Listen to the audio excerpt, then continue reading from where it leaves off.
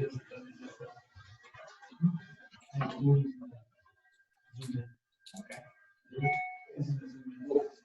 Okay, I'm going to read the notice here while we get going.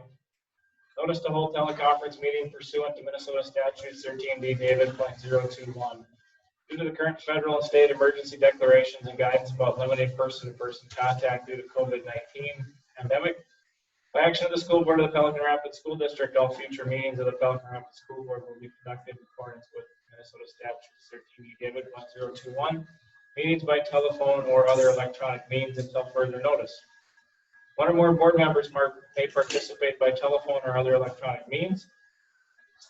In accordance with Minnesota Statute 13D David .021, members of the public are not permitted to attend this meeting due to the current health pandemic.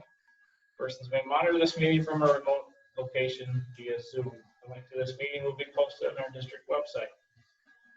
Public comments for school board meetings during opportunity for visitors to speak may be submitted as follows, which we don't, it's a work session, so, but it would be bripley@pelicanrapidsK12.mn.us. With that said, I guess we can go ahead and start our work session. Yes, first thing on the agenda, I think one of the most important things that a school board does is set their goals for the year. So I think we want to start off with that, and I'll turn to Mr. Korf to lead us through that. Okay, so it was about 2 years ago we had a world's best workforce, our graduate 2036. And what we did was we implemented our district goals, and our admin team during the retreat, we reviewed them and we kind of revised some things and want your input on that. So we'd like to change district goals to district priorities. What we talked about before was community engagement, educate the whole child, increase student enrollment, and then sound and transparent financial practices.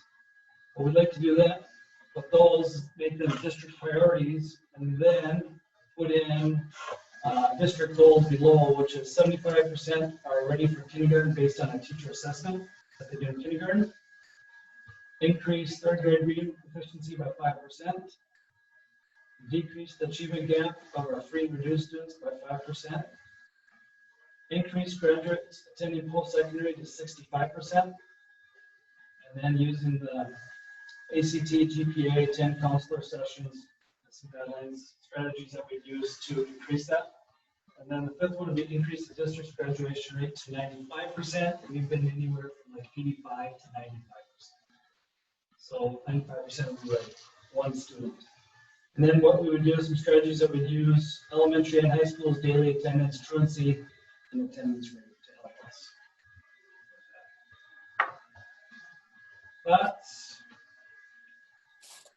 I will just add in many reports that the administration are required to do and get school board approval, like the world's best workforce. There's achievement integration.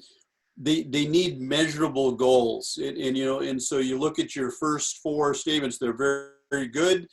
That's what you're about as a district. And so what we tried to do is craft some goals surrounding those priorities. So these are examples, but certainly would take input and can change. Percentages can change, but these are kind of growth opportunities for our staff.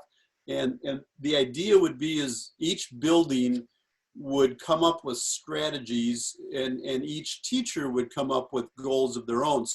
But they'd all be focused on helping the district reach their goals. So that's kind of what the overall item in that Mr. Korf went through. So our admin team, we use the world's best workforce goals in so many state reporting things that we do. So we just thought this is what our staff should probably focus on.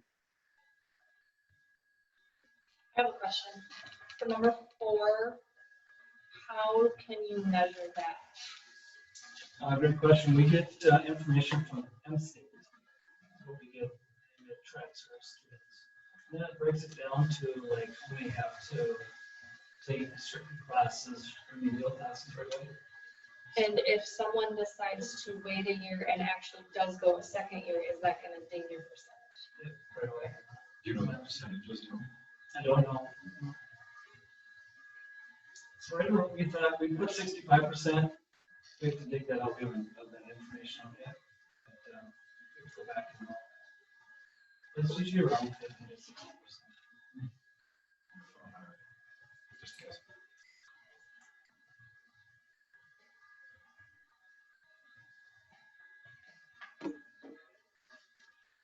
Interesting to know what that is.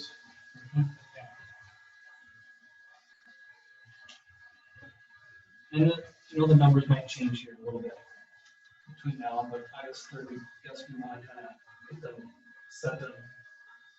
Well, July 20th is the board meeting, but August. Do we need these approved or anything, Jerry? We would just take input, and then what we would do is at July 20th, we would have approval at the school board, regular school board meeting. So there's time to make adjustments, get input.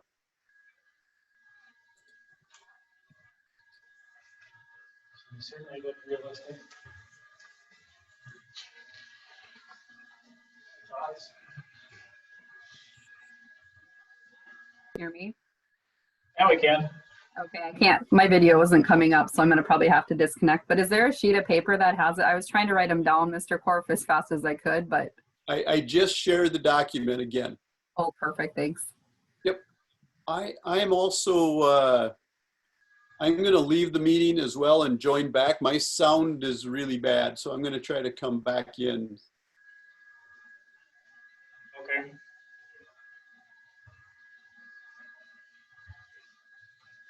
Just like that, we lost that. Wait a minute or two.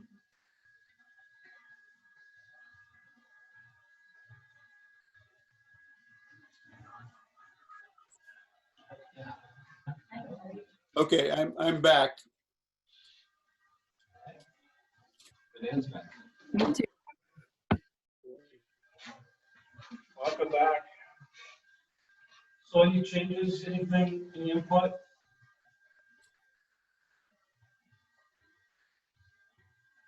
I don't think so. I think the interesting thing will be the testing data from this year, since there was no testing. So everything will be a little different. The schedule numbers. If a goal is not met, is it more of an internal thing versus Minnesota Department of Education thing? And have you read the document yet, or been able to pull it up? Yeah, I was just looking at it. Any questions or suggestions on it?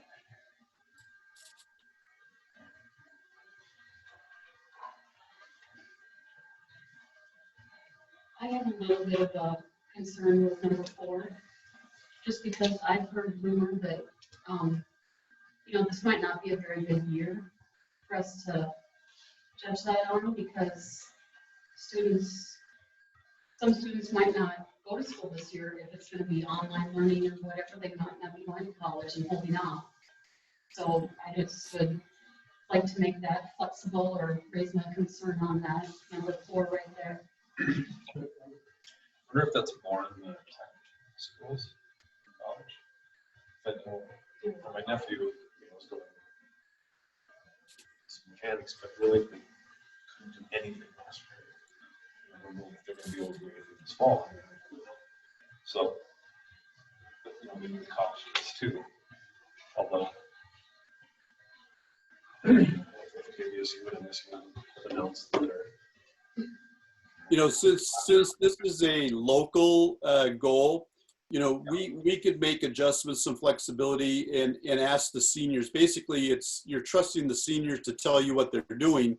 You could ask, is your intent to attend post-secondary, even if you might delay your start because of the COVID-19 or different things? So we could get a really good idea of, here's the ones who are actually attending, here's the ones who will be attending, and here's others that are going to work or military. So we could really give an itemized list for you on all the things and be flexible. So this is This isn't anything that's being held against us.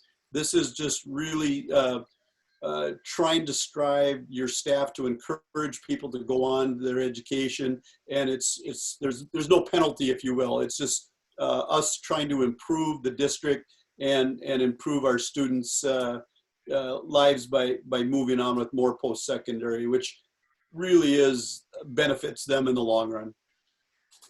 I mean, just like number one, too, you take things into consideration because, you know, some are kindergartners during this time from spring to next fall. And we'll be out there. So, I have a comment if I can. So I want to echo Jerry too. I mean, these are things that we would shoot for, and not attaining a goal, you know, because there is barriers to goals out there. You know, I think it's nice to see that, you know, you guys are looking at growth in all these different areas, and, you know, it just, you know, I think it's something to strive for. And if we don't meet them, like you said, it doesn't count against us, but it's something that the staff will strive to do. I like them.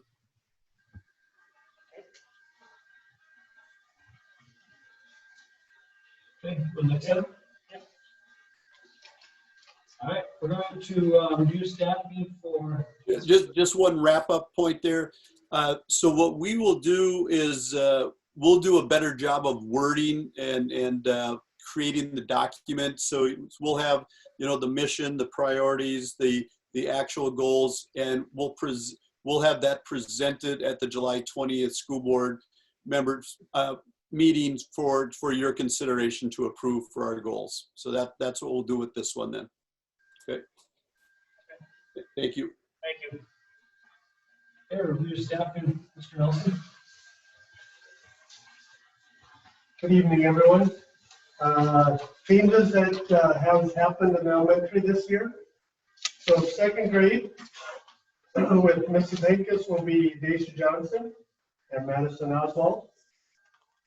Third grade, Marie Kupke is moving from the Access program to the third grade. Up above in art, in the past, Robin Niles come down and taught 1 hour of art at the elementary. With the retirement, Kate Martinez is going full-time at the elementary. So she will be teaching all grades at the elementary this coming year. So full-time at the elementary. New to the Access program, Keyless Milton will be the person in charge running the program. And she has a wide range of reading experience from teaching here at the high school, sixth grade to kindergarten. So she's wide range and very knowledgeable when it comes to the reading programs. And also then taking Marie Kupke's spot is Abby Przanki, working on the Access program. And the last one down the bottom, first part of June, we interviewed someone for the Minnesota Reading Corps position. I never heard back whether she accepted it or not. You know, we just were kind of part of it, but they do all the background check and interviewing. The lady lived in California, was moving to this area. Seemed very excited about her. So we could have 2 people. We've had 1 and always looking for another person. Last year we had a lady for the last 3-4 months of school, and she decided not to come back. So we can get another body in there, that would be great. So hopefully that works out. So any questions about the changes in the elementary? Minnesota Reading Corps for the preschoolers many years ago, and it is a really rewarding thing. So if there is people interested, I'd encourage them to apply. What grade 6 class sizes? Grade 6 class sizes, right now they're 27 and 28. So right on the border, but if we get 3, 4, 5 more kids, they're going to be very large classes. So what we've talked about is Mrs. Gottberg is going to move into the classroom that Ms. Milton had. And then Mr. Moe, that room, the wall between his room, Mrs. Gottberg opens up. So we're going to open that up for more of the science area. So they have room to spread out in that area. So we'll kind of be utilizing all 3 classrooms, but just with 2 teachers. So. Mr. Nelson, Could Yep. you run through the number of sections at each grade level, if you've got that off the top of your head? Yeah, so every grade level has 3 sections, except for 6th grade is the only one that has 2. Okay. So, What's our kindergarten class size? well, we're still getting all the registrations. So the last I had heard, we were around about 20 in each class. So for kindergarten.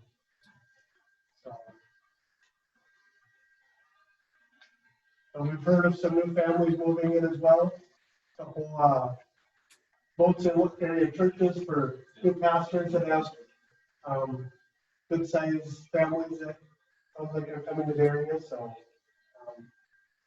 we could get some more numbers as well. Do you happen to have numbers on the other classes, roughly, for each grade has? You know, kind of where they ended. Okay, You know, so you know, I don't have that off the top of my head. I could grab it off my computer here. that's okay, I have it too. So, you know, as of right now, we've only heard of like 2 kids that have moved. But we've heard, I think, more that have moved in than have left so far. But usually, a lot of the outs we don't get till August sometime, when the record request comes from every school. So it's always that kind of wait and see for the last minute.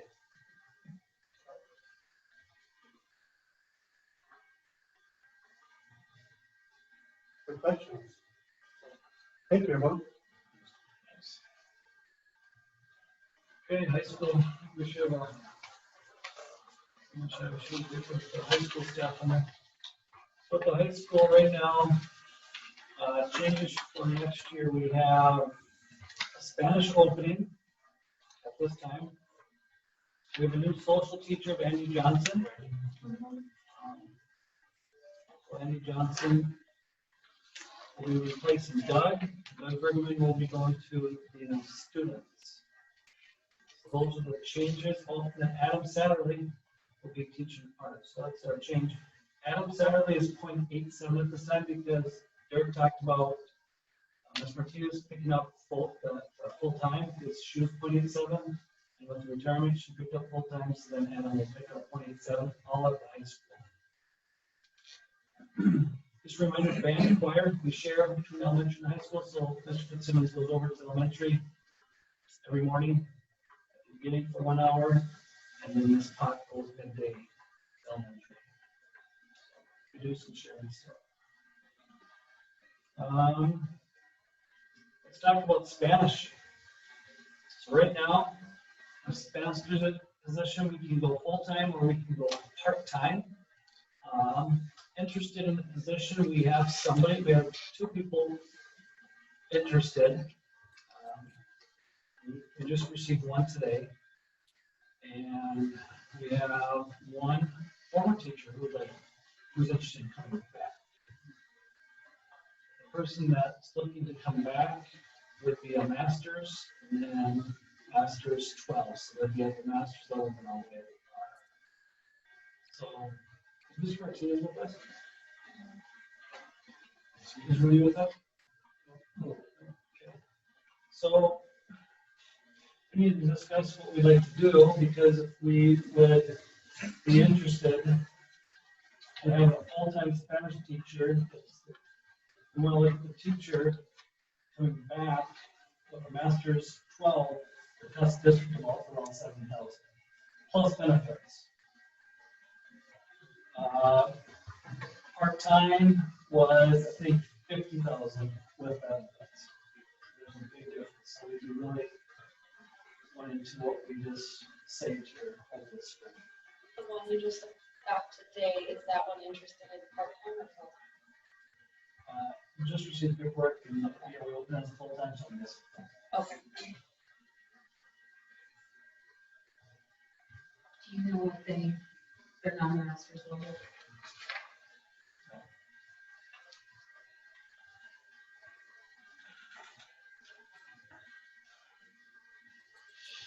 And we still roll that integration piece into the position too. Yep, Rudy was gonna check with that integration piece, they can roll in some money into that. No idea what that is. I know he talked about that, it would use up some of our savings. This spring, so. That was a big chunk. We go full-time last year, then Part-time last 2 years. We've had, this will be our fourth Spanish we must have since Bridget. teacher left. How did it work out? It's really difficult for us to hear you, so we'll need to have you talk directly at the mic or something. But I see Ann was cupping her ear too. It's really hard to hear you. Where's the mic at? So did you hear the beginning? We're hearing I'm hearing a background feed noise. Yeah, there's something going on.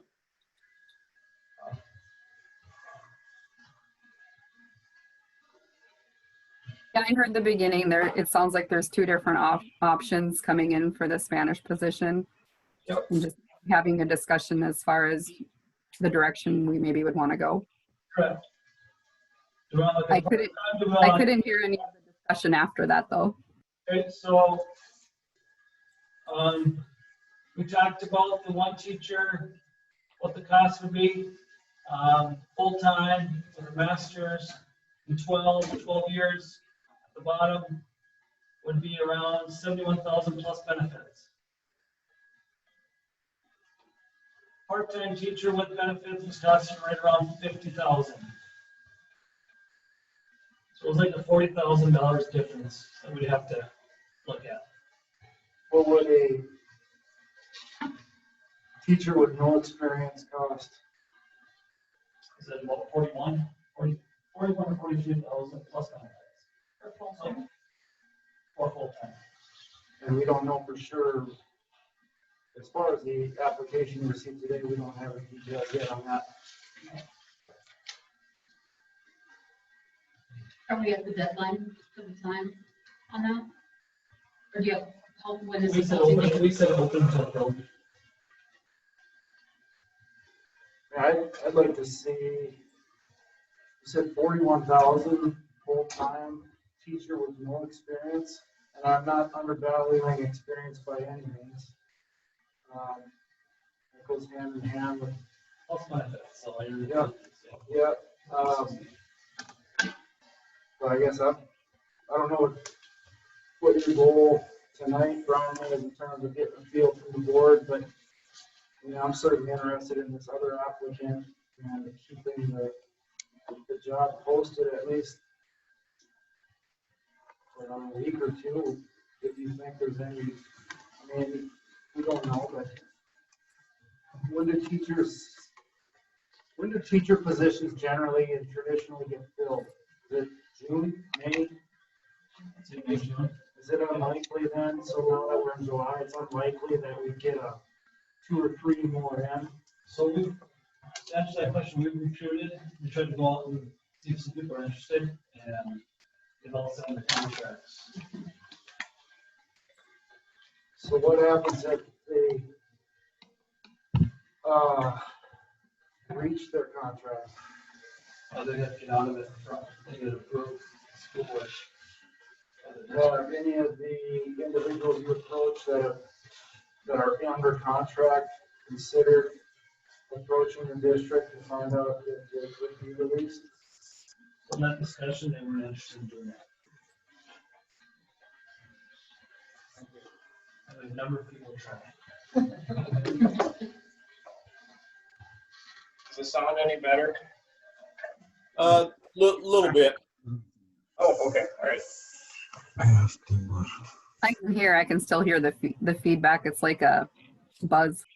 Yeah, I can still hear that as well. Bill's working on a microphone. Okay. You know, I think your options here, you know you can get a full-time person here, but it is it's a more expensive option. There's no question. We could hold out. You know, our next meeting is July 20th. We could find out from that candidate when's the latest that they their school board would release them. That was a great question because that I would bet after July 1, a lot of boards, I don't think they have to let you out of that contract, but we need to find a date on there. We could keep searching for a part-time Spanish, look at other districts, because this is a little bit more expensive than we want to go, but in the end, it still might be your best option. I believe we're still saving between the administrative restructuring and the teacher buyouts, and if you did hire this full-time person, you'd still be saving around that $100,000 mark. But this would take a bite, close to $50,000 or so out of that savings. And that's nothing against the teacher. Trust me, that's not what we're talking about at all here. We're just trying to be fiscally responsible, prudent, all of those things, and that's the scenario we're in. And so we could wait, do more recruiting, get back to you. I would say there's going to be a drop dead date for the person that Mr. Korf has interviewed. And we might just have to have a special meeting like we've done in the past at, a quick 7:15 meeting to make that hire if it has to be done sooner than July 20th. I'd like to get more information on the one you got today without knowing any. I can't hear anything you're saying, Brittany, sorry. I'd like to get more information on the one they just got today before saying we should go one route versus another. So what would you do if you find out not a strong candidate? What would your option be? Really don't want to go backwards in our savings personally. Because we've done a lot of blood, sweat, and tears to get that. Not saying I want to go back to halftime either, because since we've done that, we've had a new one every year, and that's not stability. And I don't think looking at another school and sharing is an option. That doesn't work either. In the past, we looked, didn't we? We've looked, yeah, sure. Online opportunities for Spanish? What was your question? Should you try that again? Your first second or two got chopped off. Sure. Is there opportunities to have like a virtual classroom for some of the Spanish classes? We can check with other school districts to see. The other option is like going through like the Fergus Falls online school, but then we lose the funding of those kids during that class period. I think if you were going to do an online version, you would have to have someone in the classroom, like a para, for example.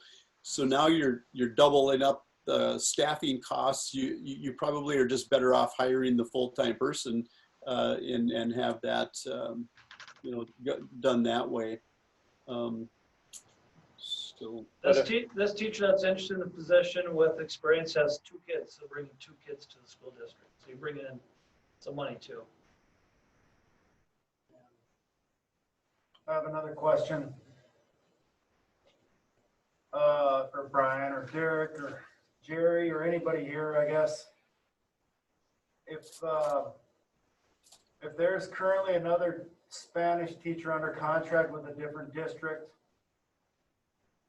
what's the penalty usually that's incorporated into the contracts for the teacher who simply doesn't show up to teach? They could lose their license. Okay. Have you ever seen 2 school districts negotiate a buyout for a teacher?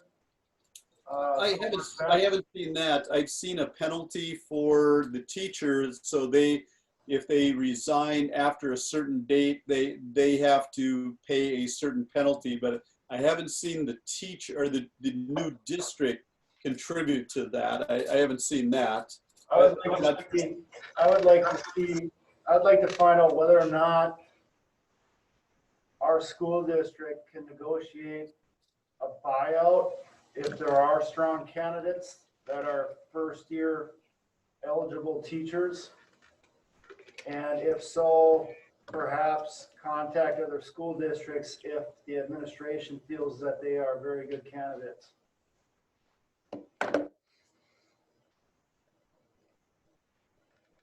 We'd like to have us check with the school district that they're teaching at, right? Is that what you're saying? Yeah, I mean, I maybe it's never happened before, but I guess I'm just, let's say that, let's say you had already interviewed an applicant, he or she was perfect for the position, she took another job in Fergus Falls. And they start out first-year teacher scale, step, whatever you want to refer to it as. And even though it's an additional cost to the school, a payment gets made from our school district to that particular school district, but our school district is able to hire that applicant you really thought the world of, and we're still able to save significant dollars with that first-year teacher, which would be, I mean, I don't know what it, if it's never happened, it's tough to rely upon any precedent that would guide us, but I mean, let's say a school district says, yeah, we'll take X thousands of dollars if you want, and we'll release his contract if he or she's willing to do so.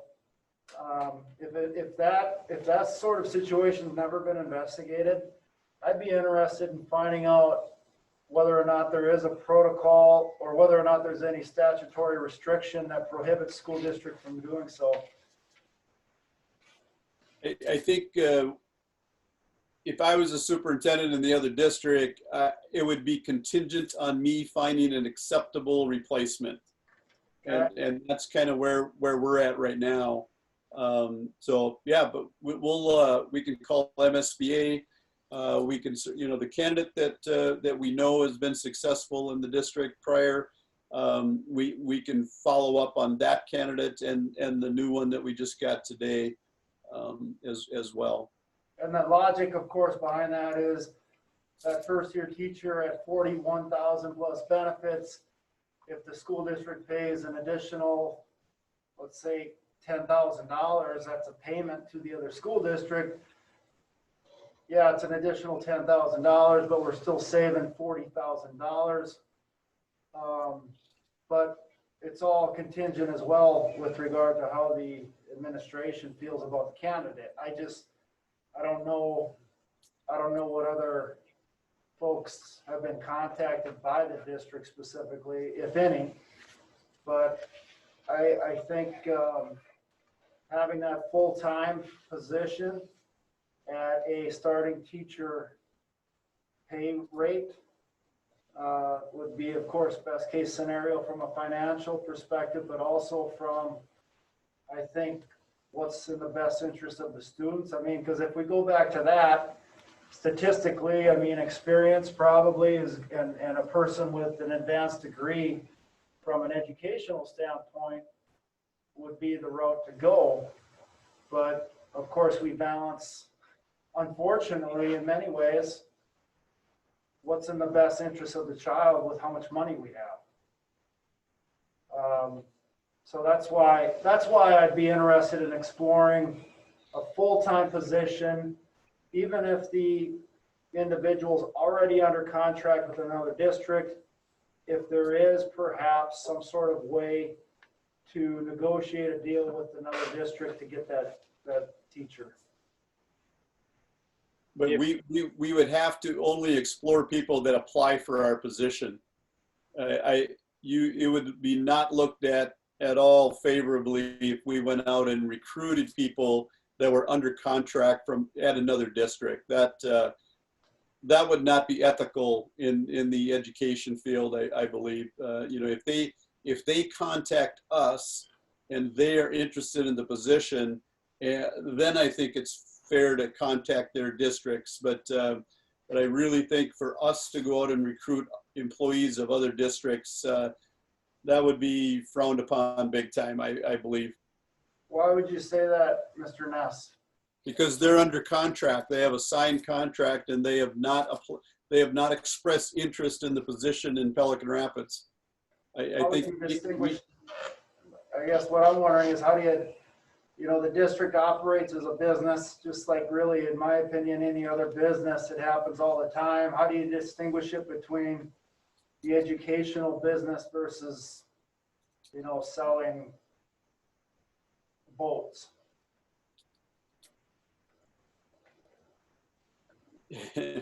they have a signed contract with another district.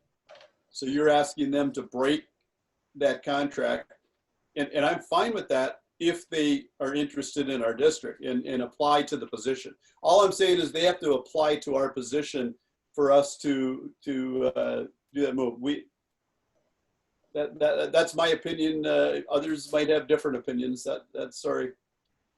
Is that the rule, or is it, I mean, I know you had mentioned that's your opinion, but is that the rule, or is there a restriction from recruiting other teachers? I know you had mentioned the ethical component. I know you mentioned your opinion, Mr. Ness, and I respect it and appreciate it, but just for clarity, is there anything that you're aware of that absolutely prohibits the recruiting of other teachers from other school districts, even though they haven't applied for the position at our school district? Right. No, it happens frequently that you can go and talk to someone and ask them if they're interested, but they need to apply to our position. Then you can start talking with people. So it happens all the time that people talk to others and everything.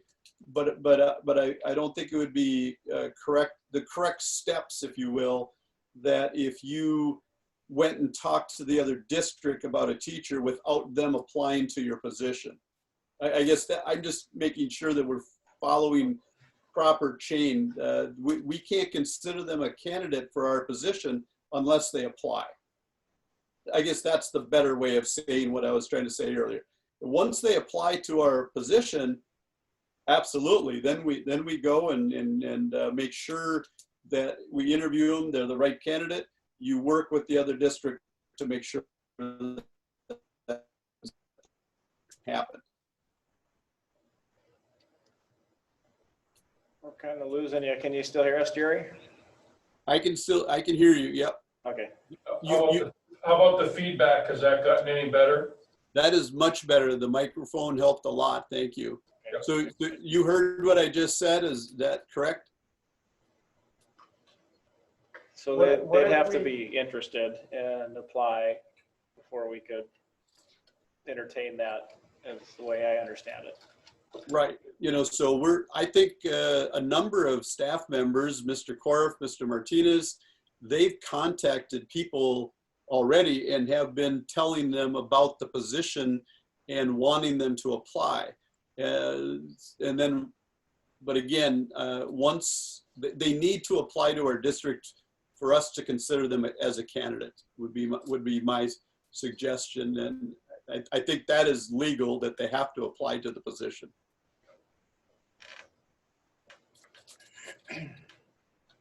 Thank you.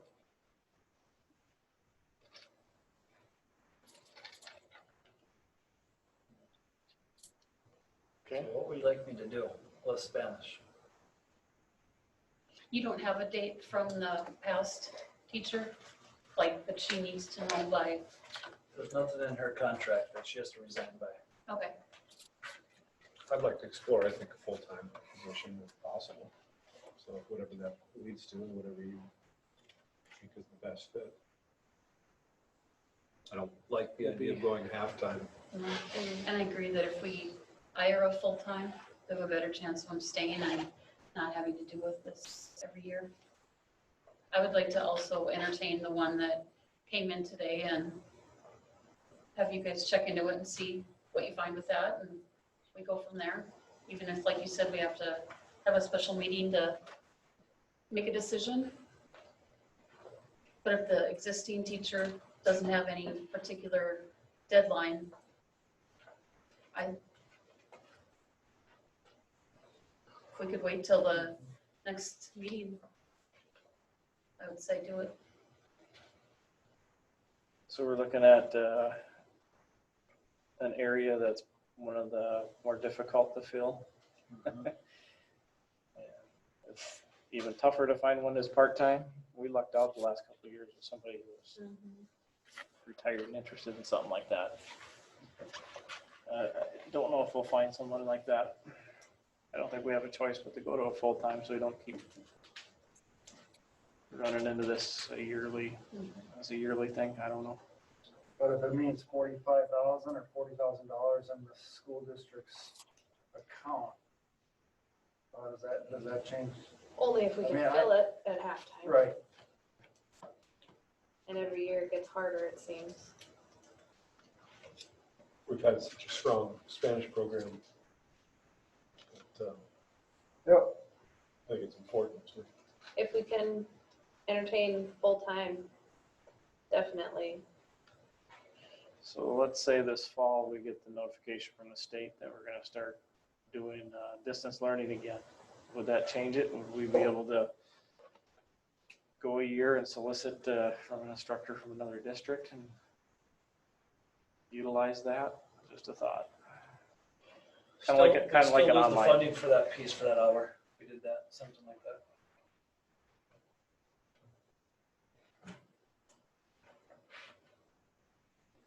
Just a thought. Maybe by the next meeting we'll have a better idea, but I don't know.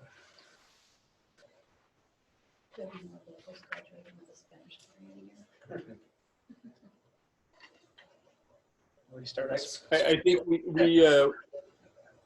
we question or comment here. We are running out of time, just so you know. I was actually trying to call Christy Hastings just now to find out the statute date that a school board can refuse to allow you to leave to another district. So I forget the state statute, even if it isn't in a contract or in the teacher master agreement, there is state statute where a date where a teacher, the school board can choose not to let them out of their contract. They have a signed contract. They have to fulfill the year. So we'll find out that date. I guess right now, I guess in the next few days here, it would be probably good to give administration, Mr. Korf has been doing the interviews. We'll work to find the best solution possible, find out when the final date is that they have to resign and know they're leaving that district. And we'll give you options and a recommendation. And we should be able, Mr. Korf, I think we should be able to do that by the end of the week. Would that be correct? Yes. Yep. Yeah. So we do need 3 days to post prior to a special meeting. So if we happen to get it done by tomorrow, could be Friday morning or Monday morning, we might have to have a special meeting. If it's fine to wait till July 20th, we'd rather wait. It would give us a little more time. Well, I apologize if I missed it, but the one we got today, is that a brand new student? Is that a brand new teacher at a college, or are they currently somewhere else? They're at another school district. Okay. And then before that, at another school district.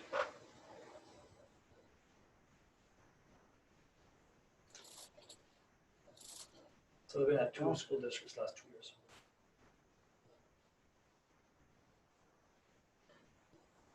I'm comfortable with letting the administration pick the best route.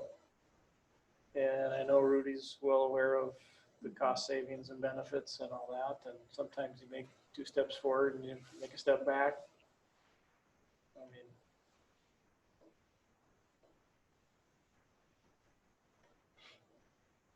we did hear a little bit of feedback last year when we didn't have, or was it the year before, when we didn't have much of a Spanish teacher at that time. We were concerned that they wouldn't have one in time.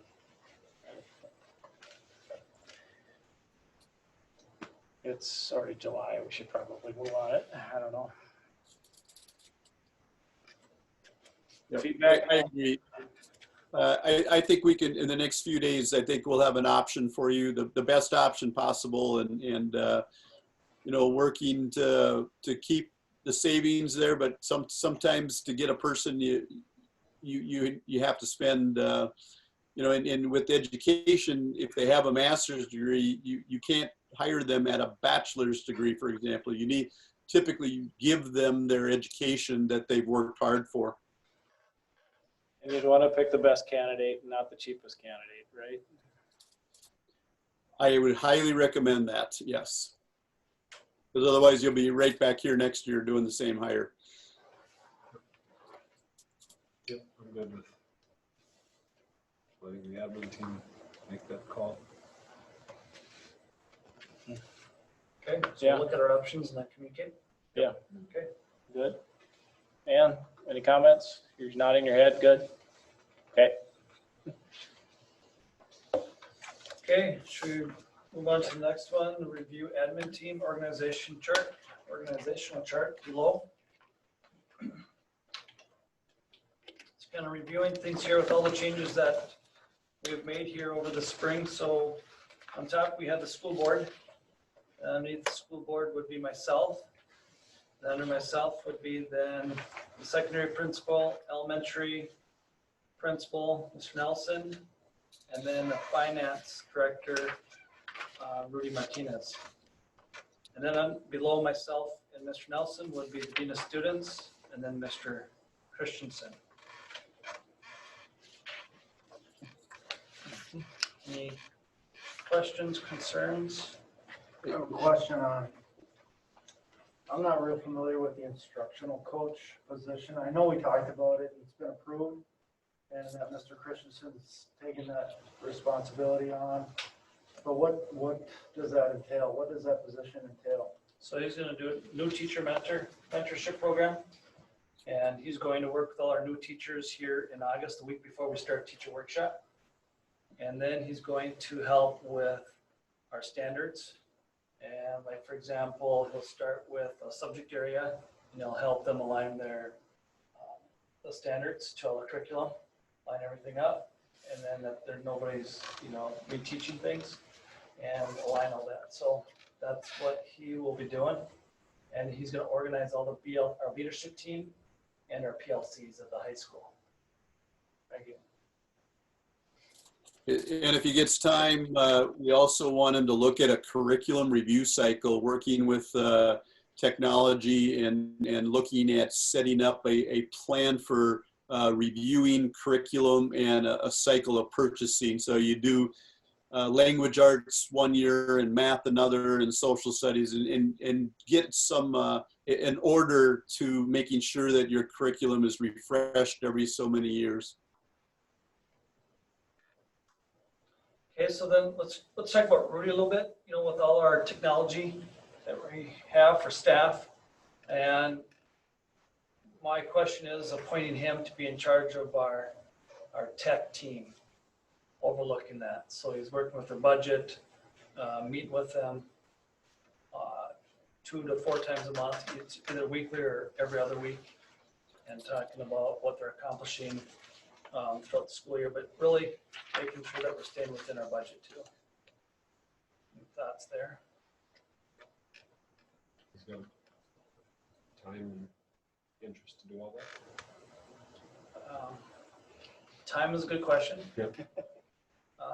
He's willing to do it. Okay. He's willing to help.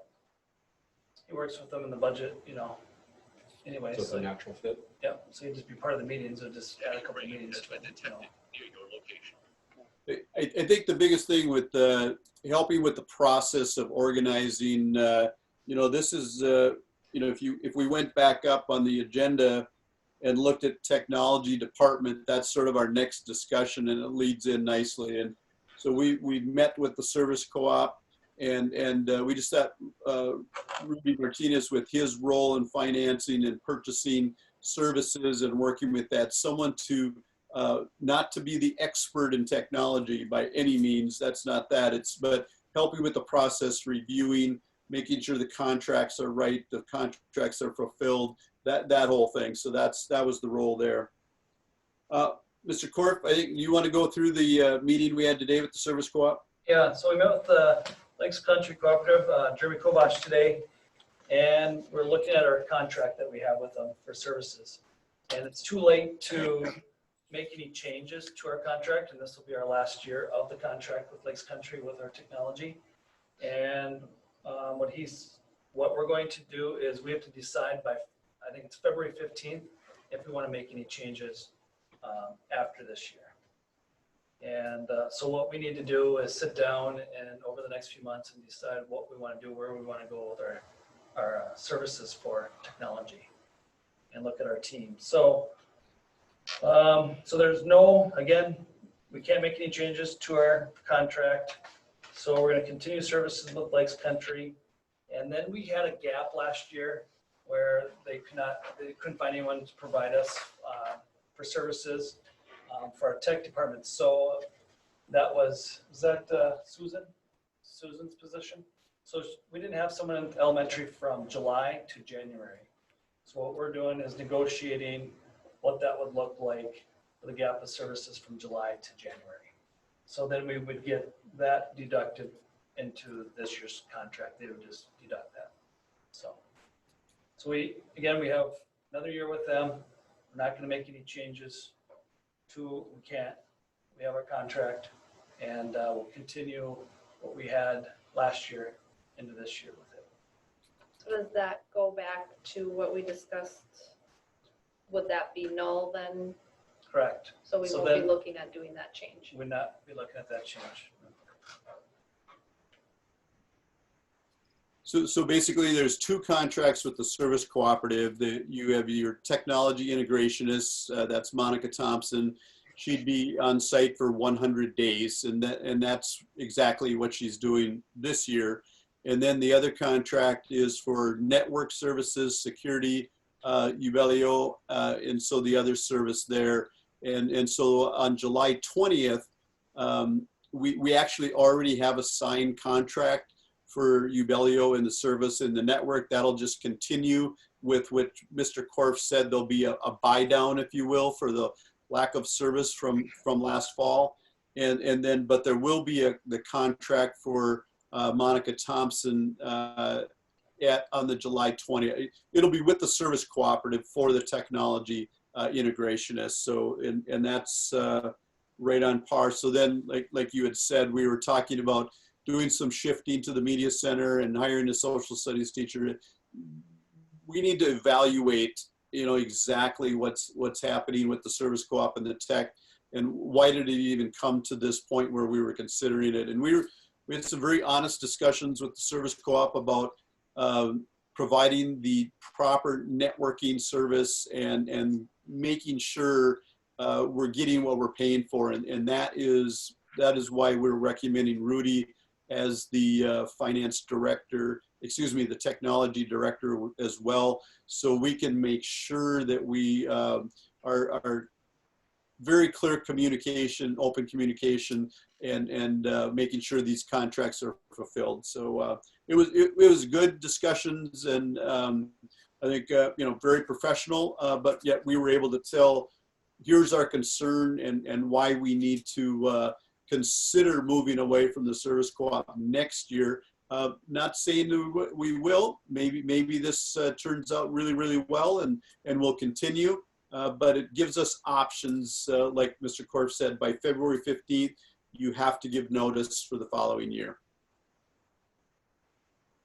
Sounds like Rudy's already basically doing the tech director position. It's just making it official. You're very astute, yes. Okay, any other questions? Concerns?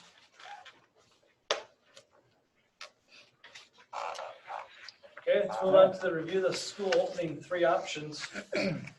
So right now, what we've been informed from MDE is that we need to plan for 3 scenarios. One is the in-person learning for all students who are all in the building. Second one would be hybrid learning, which would mean 50% of the students would be able to be in the building. So we look at like an every other day with students. Well, A through K would be one day, L through Z would be the next day. And then distance learning only. So those are the 3 options we need to prepare for. So what we've done here district-wide is we had a planning, we're putting together a planning committee that's starting Wednesday of this week. We'll meet for the next 4 Wednesdays and we'll plan for each scenario. So we have about 20 in large committee, but we'll break up into subgroups. And it's very overwhelming. I don't know if you had a chance to look at it, but there's a lot of information, a lot of work to do. So kind of our timeline is to take the next 4 Wednesdays, plan, and then when the state's coming out, I think it's the 27th of July, they're gonna come out to say what we're gonna start in the fall. So there's a tier, so all in, and then hybrids 50%, and then distance. If they say we are hybrid, we cannot tell our students we're going all face-to-face. We can't do that. We can either do hybrid or we can do distance. If they say we're all in, we still could do, say we are hybrid or distance learning. We just can't go above what the state says. So what they're telling us is plan for all three, because all three possibly will happen throughout the year. That's what they're telling us. So one day we could be all in, face-to-face, and they would say, next day you're gonna be distance or you're gonna be hybrid. So we have a lot of people, part of this committee. We have our kitchen, we have transportation, custodial, teachers. We have 4 to 5 from the elementary and 4 to 5 from the high school. So in the wide range from special ed to ELL to regular classrooms. So, and then technology. So we have a large group. So. So if it was hybrid, it would be alphabetically?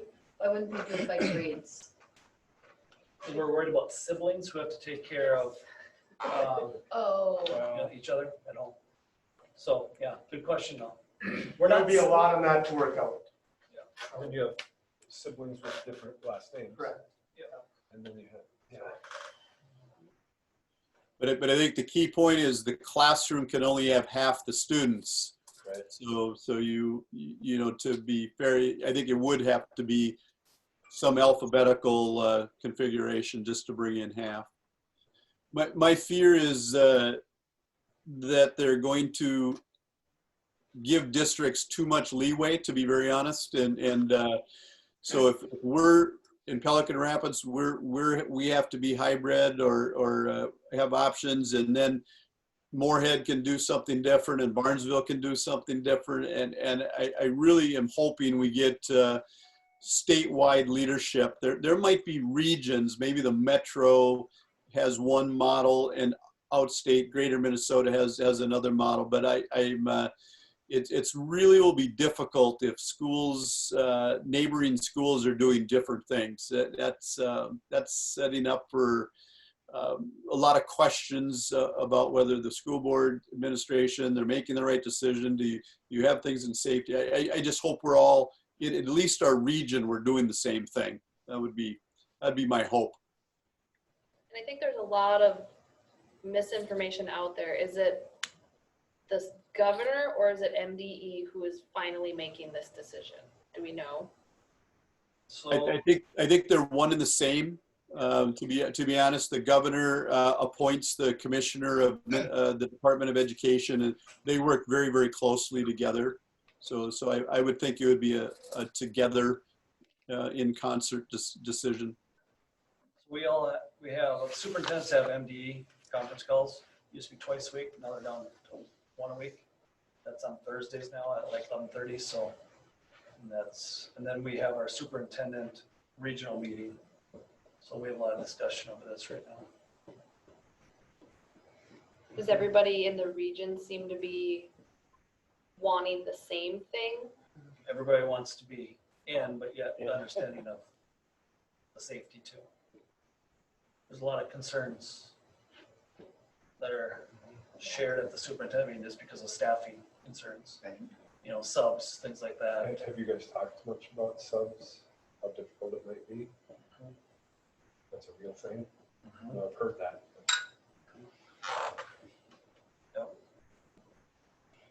So even talking with Sherry Lennis, we meet daily now because she's doing the temperature checks in the morning, and she has now started a list of what's mandatory, what's going to be encouraged. So we've started that with staff and students. So, but it's very overwhelming. But right now, we haven't had any, when students have come in and checked, I don't think we've had any fevers yet. It's all been good so far. Let's say thank you to all of the staff that are putting all this extra effort and work into making sure that we're following the right protocols. I know it's a lot of extra work, so thank you. So then our timeline is here's 4 committee meetings, and then we would share with the board our 3 plans we'd present to you. July 20th, I think, is our next board meeting. We might have most of it put together, but for sure by the August 3rd work session. Have we communicated what we're doing now, the meetings and the preparation for those 3 options on social media? Not on social media, just with staff. Just, I don't know if that would help avoid rumors and stuff, but I've seen other districts have done that. Just what the timeline is, I guess, but. Yeah, we can do that. Yeah, there have been a lot of questions that have come my way. Questions on when are we gonna know? I hear there is no school this fall. Is there school this fall? So we need to come out, number one, we're working on the safety of all kids. I just And then have our told, timeline. I've told Yep. people by July 27th, we'll have maybe an idea. That'd be good to get that out there.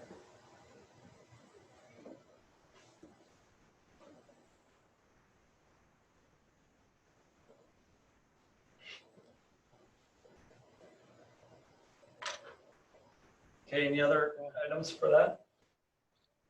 3 options.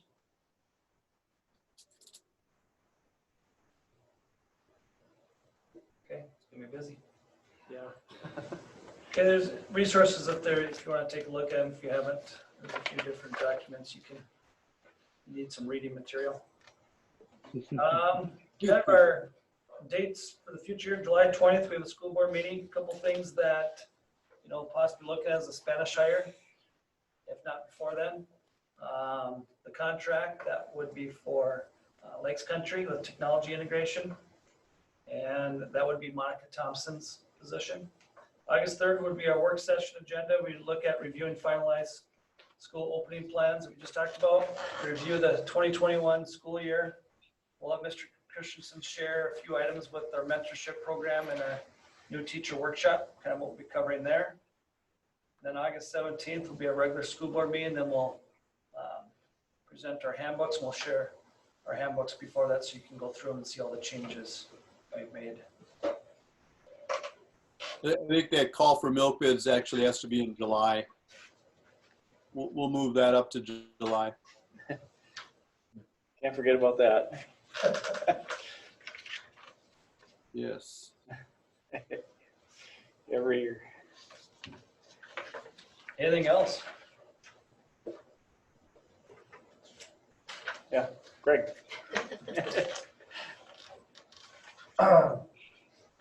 It doesn't have to be tonight, but I just want to reiterate my desire to look into the benefits of 4-day versus 5-day school weeks in anticipation of 21-22. And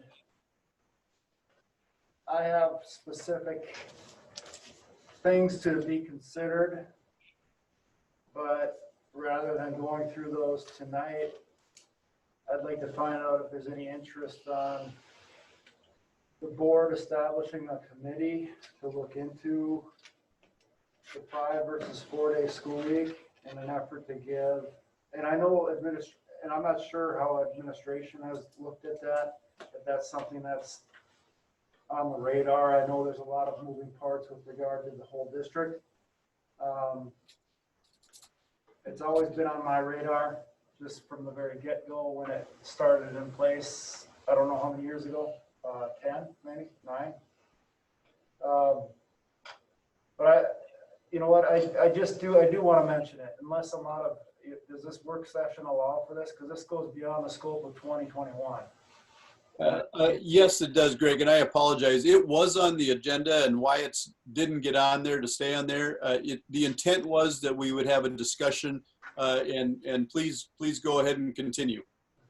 Well, just give everybody an idea as to what I'm looking at. And I'm not suggesting that 4 days does not work in any capacity, but I look at 4-day school week, especially compared to most of the surrounding area districts, from a marketing standpoint, from a perception standpoint. And I'm sure there's been an occasion or two or more where people have desired a 4-day school week for their children. I'm not sure. I'm not here on a regular basis to hear those stories, but like to look at,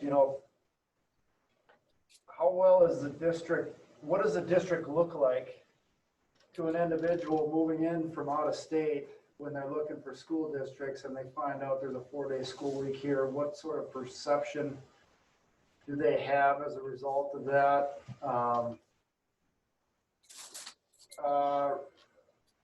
I'd like to find out statistics perhaps from the Minnesota Department of Education with regard to students and their ability to retain information over a 3-day weekend versus a 2-day weekend, especially those students that have certain obstacles to overcome with regard to learning.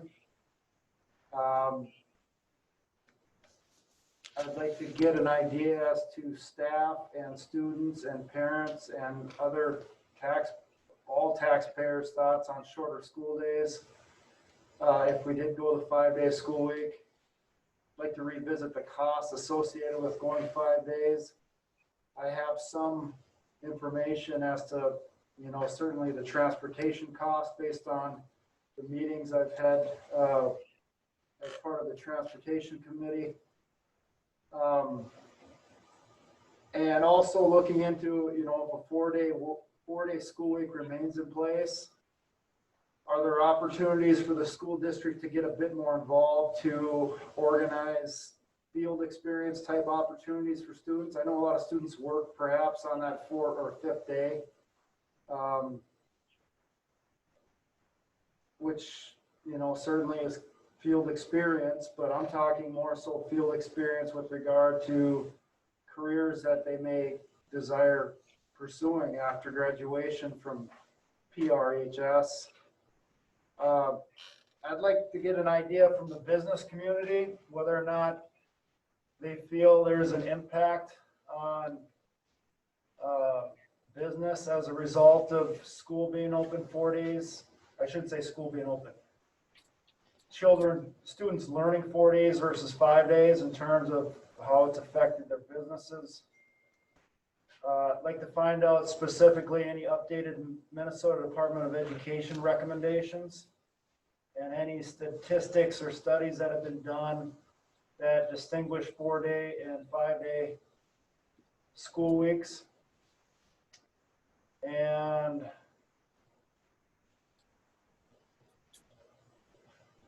that's all I have on my list.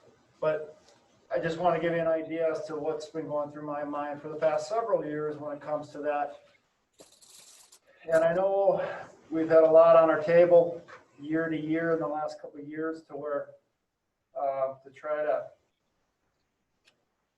incorporate that into everything else that's going on. It's been extremely difficult, but I really hate to see it go completely off the radar,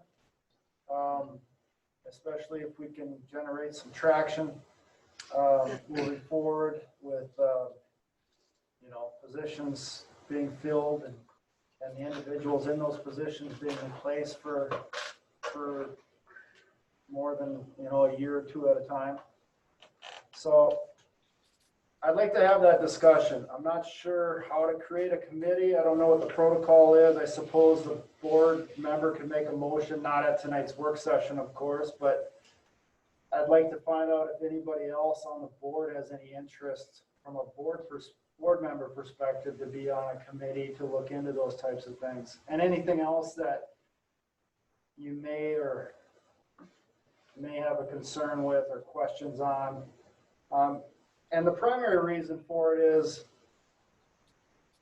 I think I'm interested in being able to explain it to all taxpayers of our school district as to 4 days versus 5 days, because that question still comes up, and I want to be able to be as informed, or at least have information that I've gathered that I can refer to illustrate, you know, the continuation of it, or in the alternative, to explain why it just can't be done right now from a financial standpoint,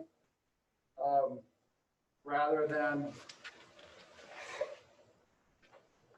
kind of fall back on our laurels, if that's the saying. Is it laurels? What do you call it? Laurels? Whatever, you guys know what I'm talking about, right? And just assume that a 4-day school week will be here forever, while every single surrounding school district has 5 days. Now, I know that the 4-day school week is not, you know, we are not absolutely unique in that regard, but my hunch is we're probably still only one of 10, 15 in the state of Minnesota that have a 4-day school week. Maybe that number's gone up. I don't know. I don't think so. And just to comment there, the admin team were visiting about this the other day. I actually think you need a committee to write a 4-day week plan to be approved by the Department of Education again.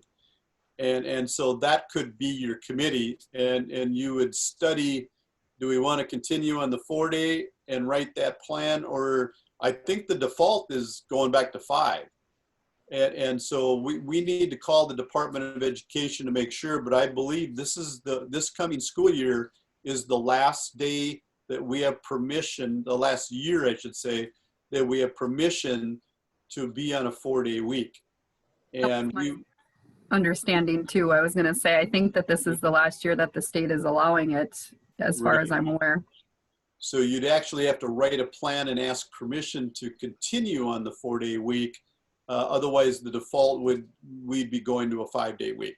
So we have some homework to do. We can report on July 20th regarding that, and certainly earlier it will report out to the board if we get that information prior.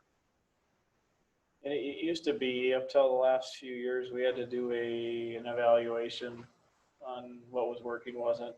Then Right. a survey of public perception of staff and students. And I don't know if they changed it or if it was an automatic 3-year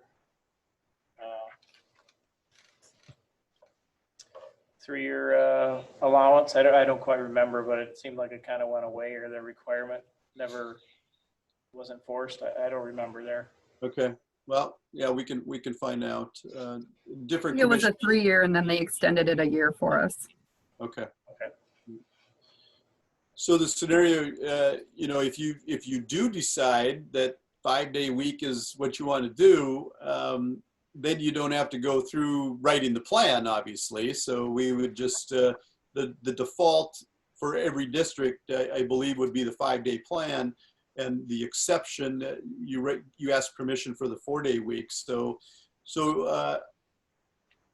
Greg, are you looking for a community-based, staff-based committee to review this, or are you looking for board input? What are you asking there?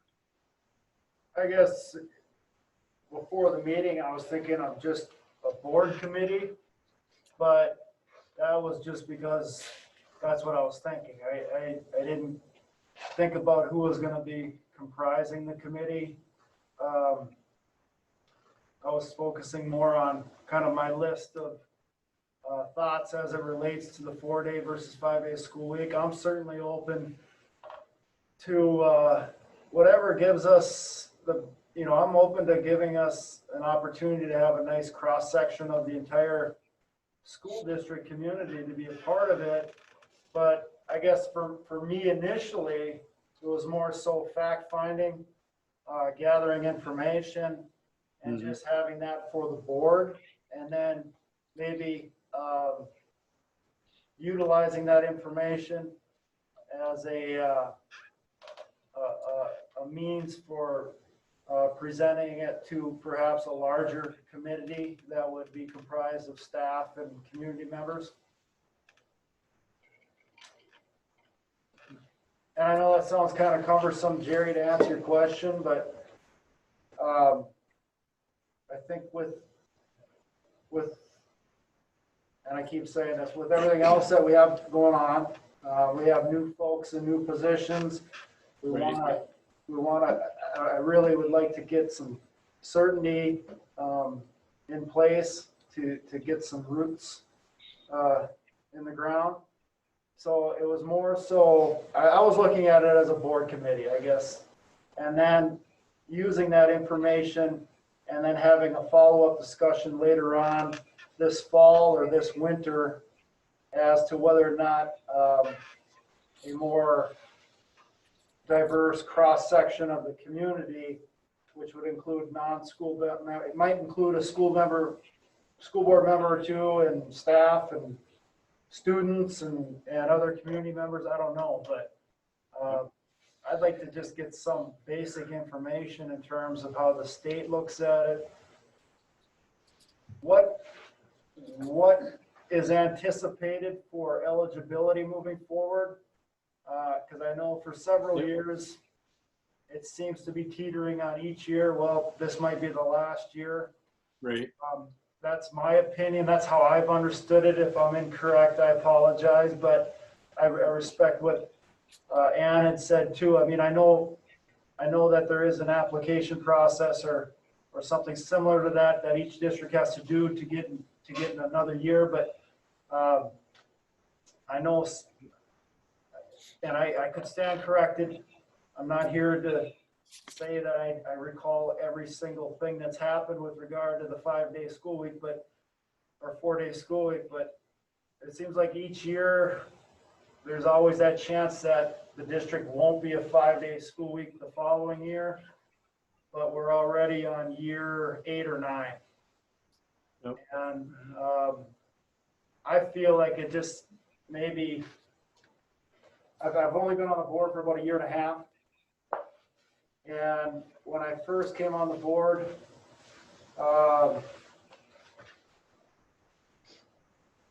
we took the position that let's utilize the time granted to us by the state of Minnesota and use that time wisely to evaluate and analyze the 4-day school week. But our school board meetings haven't addressed the 4-day school week at all. And I'm not suggesting administration has, and I'm just talking specifically our school board during its school board meetings. And I'd like to just bring that back on the forefront to a certain degree, not to make it something that consumes our board meetings, but I think it's important to do that because, you know, there's a reason why, there has to be a reason why our district's unique compared to the several hundred other school districts in the state. And, you know, a 4-day school week may be better. If it is, we should let the other 5-day school districts know about it. But if not, I think we just investigate it and make sure we stay on top of it. And of course, I defer to the experts on it. I just want to gather information to be able to be as informed as possible so that we can clearly explain that to the taxpayers and students and staff and everybody else that's affected by our 4-day versus 5-day school week. Great. Could you email all of those questions to Mr. Korf and I, please? Yes. Yeah, that'd be great. Did you say tonight? Yeah, by 8:30. Did you? I'm sorry, I'm smiling under the mask, but did you say email them tonight? No, not tonight. Oh, I thought you said, could you email them tonight? I mean, I could. I prefer maybe tomorrow. Do you need me to give you a deadline, Greg? Yes. So I think I will send those out. I'll shoot those to Brian, Mr. Korf by email this week here. Yeah, that'd be great. I think Clarify. Mr. Korf and I will certainly, we need to get on a conference call with the Commissioner of Education, to be very honest, and see what the climate is to continue into the 4-day-a-week world and see what the process is. And so we should have a report to you by the July 20th meeting. I'm really interested. Like, I've heard the same thing that, yeah, this is the end, and then it keeps going. And so I don't know. Right now, I would tend to say, gosh, I hope they give us another year because this year is going to be consumed by whether, are we hybrid, are we distance learning or this and that? So it's not the greatest timing to have to write a big plan, but we do what we got to do too. So we can certainly rely on the plan we've written already and hopefully continue it if that's the route that you want to go. Otherwise, going back to a 5-day week is certainly time consuming as well. New schedules, new timing of everything. Increased costs. I would assume your transportation and your food service is probably your biggest two costs. Your support staff would be in there as well, but those they'd be shifting hours, so it wouldn't be too much there. But yeah, overall, if I recall, it was a $100,000 savings. Was that about right? Is why you went to the 4-day week? Seems to be about the quoted figure most. Yeah, It's been about. okay. Give or take. Yep. 90, 100,000. Just to be clear, I want to reiterate that it's not that I have a concern, or it's not that I've been able to identify specific concerns in any capacity. It's more so with the uniqueness of the 4-day school week itself. And Pelican Rapids is unique in that regard compared to most of the other districts in Minnesota. And it's been an issue that's been discussed, and my hunch is discussed amongst a lot of people in our district for several years now. And I don't want to let it go by the wayside. I'd like to make I'd just like to kind of go in and investigate those things to at least refresh our position to either retain the 4-day school week moving forward. Now, again, of course, I'm not talking about 2021. I'm talking about 21, 22, or even 22, 23. But it's one of those discussions where you have to have quite a bit far in advance in order for it to work. Absolutely. That's what I'd like to see. But I will, Mr. Nass, I'll forward that list that I identify here to Mr. Korf, and I'm comfortable just leaving it at that for the session.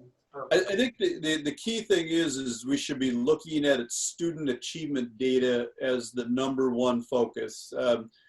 Are the students in Pelican Rapids achieving at a state level, better than state level? Where are we at, and are we growing? Or, so we can go to the Department of Ed site and do some data and doing a nice review of the student achievement, because that's what schools are all about, making sure that students are getting their year's worth of growth at a minimum and achieving at the same level or better than districts around you. Ann, you had a comment? Yeah, I wanted to clarify too, even though we're approved for a 4-day week, any year, we can still go back to a 5-day week. I mean, that's always been there, you just need the exception to be approved for the 4-day week. I think it's worth bringing up and looking at it again. Okay. Because it sounds we may need to anyway, so.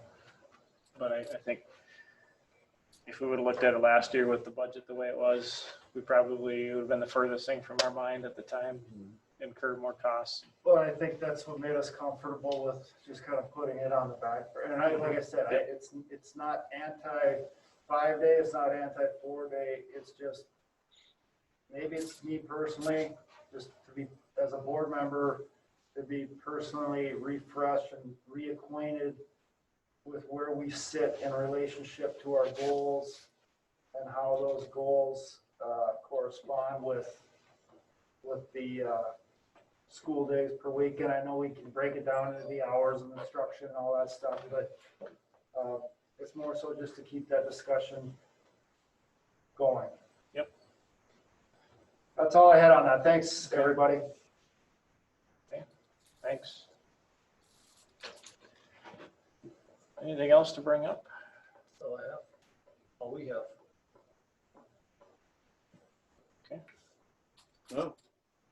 Do we have a work session before the board meeting, or is it just a strict board meeting and a work session afterwards, or just one meeting? we had a board meeting July 20th and then work session August 3rd. Okay, so there is no work session attached to the board meeting that we know of? Okay. Not at this time. If there is anything, we would probably just do in our reports and have some discussion there. But between now and then, who knows, right?